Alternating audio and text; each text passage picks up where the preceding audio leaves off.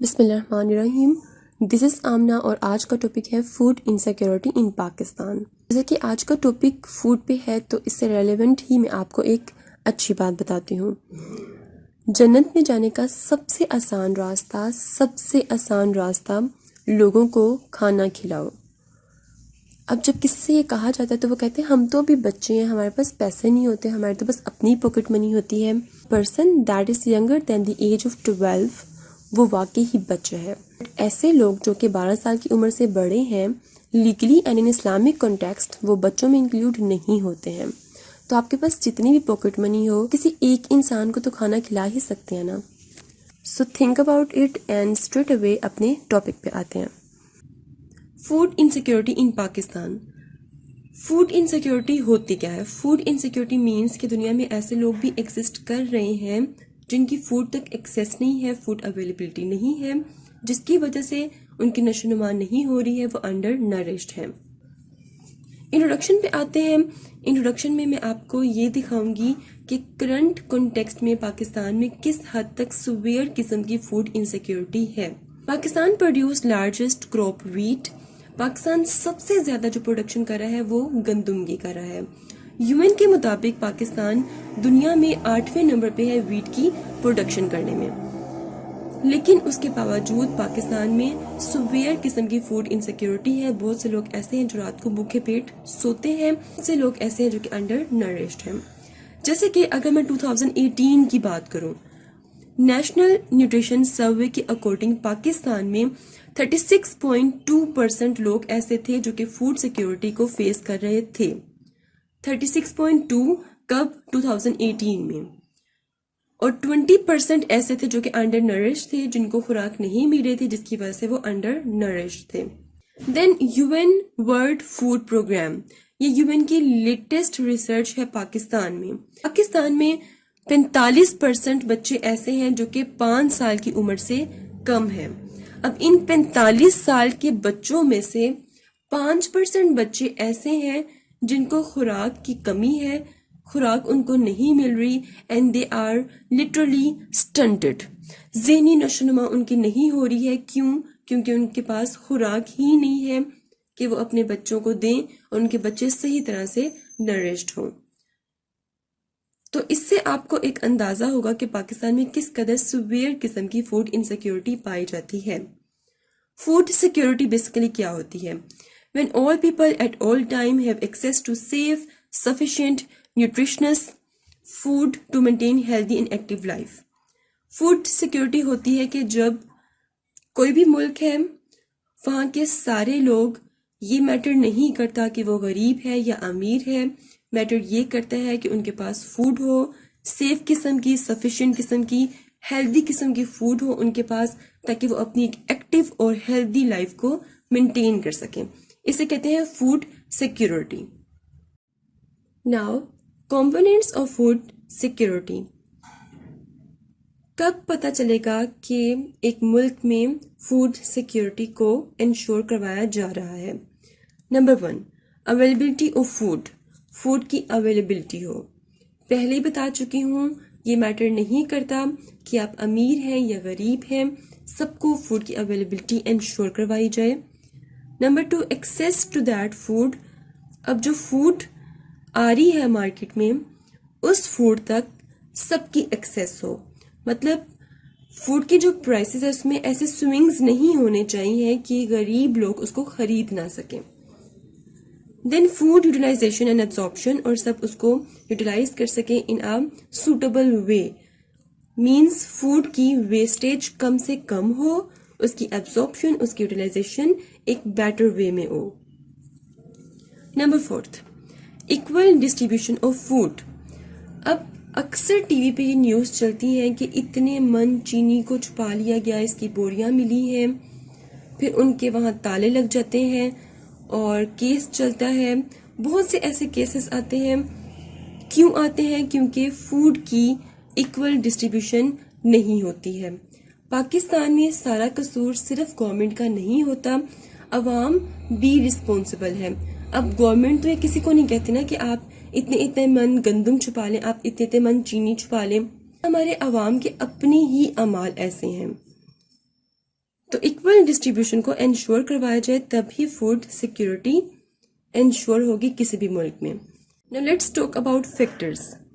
Factor means کہ ایسے کون کون سے فیکٹرز ہیں جو کہ رسپانسبل ہیں فوڈ انسیکیورٹی کا پاکستان میں. The very first one is trend of urbanisation. اگر میں ساؤتھ ایشیا کے کنٹیکسٹ میں دیکھوں تو پاکستان میں ہائیسٹ قسم کی اربنائزیشن ہو رہی ہے. دیٹ از 36.9% اربنائزیشن پاکستان میں ہو رہی ہے.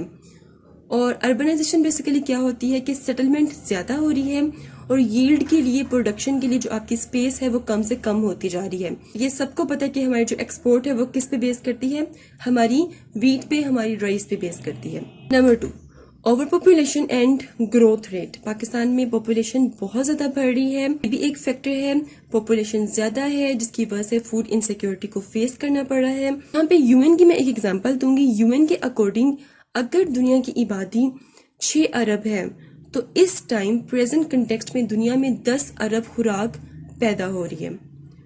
اس کا مطلب خوراک اس ٹائم زیادہ ہے دنیا میں, لیکن اس کے باوجود دنیا کے سارے لوگ فوڈ انسیکیورٹی کو فیس کر رہے ہیں. Number 3, global warming and natural disasters. Natural disasters like earthquake, tsunami, flood, یہ سب وجہ بن رہے ہیں فوڈ انسیکیورٹی کا. Number 4, food wastage. بہت امپورٹنٹ فیکٹر ہے, بہت زیادہ افیکٹ کر رہا ہے فوڈ انسیکیورٹی کو. کیسے؟ پاکستان کی بات چھوڑ دیں, پوری دنیا کی بات چھوڑ دیں, صرف اپنے گھر پہ ایک نظر ڈالیں کہ ہمارے اپنے گھروں میں کتنا فوڈ ویسٹ ہوتا ہے. اتنے ایسے لوگ ہیں جن کے پاس وہ کھانا نہیں ہوتا کھانے کے لیے, ان کے پاس اتنے پیسے ہی نہیں ہوتے کہ وہ اسے خرید سکیں. ڈیولپڈ کنٹریز میں ایک انسان ایک سال میں 100 سے زیادہ خوراک ویسٹ کر رہا ہے. ڈیولپڈ کنٹریز میں ایک ریسرچ کے اکارڈنگ 222 ملین ٹنز جو خوراک ہے وہ ویسٹ ہوتی ہے ہر سال. یہ اتنی خوراک ہے کہ اس سے آپ پورے افریقہ کو فیڈ کر سکتے ہیں. تو یہاں سے آپ اندازہ لگائیں کہ کتنی فوڈ ویسٹیج ہو رہی ہے پوری دنیا میں. دین کوالٹی آف فوڈ کی میں بات کروں گی. پاکستان کی میں صرف اس میں بات کروں گی. پاکستان میں فوڈ کوالٹی بہت لو ہے. Packed food, packets food, processed food, کون سے ایڈیٹیوز یوز ہوتے ہیں کسی کو کچھ پتہ نہیں ہے. پاکستان میں یہ ٹرینڈ ہی نہیں ہے کہ انگریڈینٹس کو پڑھ کے اس کے بعد کھایا جائے, بس پیکٹ کھولا اور کھا لیا. سو لو کوالٹی فوڈ پروڈیوس ہو رہی ہے جس سے بہت سی بیماریاں پھیل رہی ہیں.